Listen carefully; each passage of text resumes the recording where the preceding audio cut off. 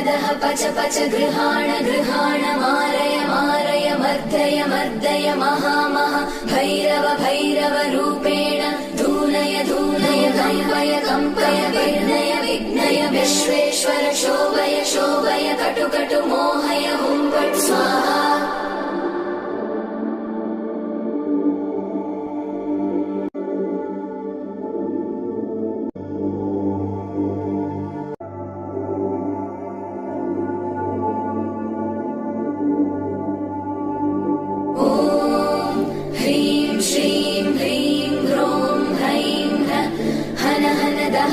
पच पच गृहाण गृहाण मारय मारय मर्दय मर्दय महामह भैरव भैरव रूपेण धूनय धूनय कंपय कंपय विघ्नय विघ्नय विश्वेश्वर शोभय शोभय कटु कटु मोहय हुं फट् स्वाहा।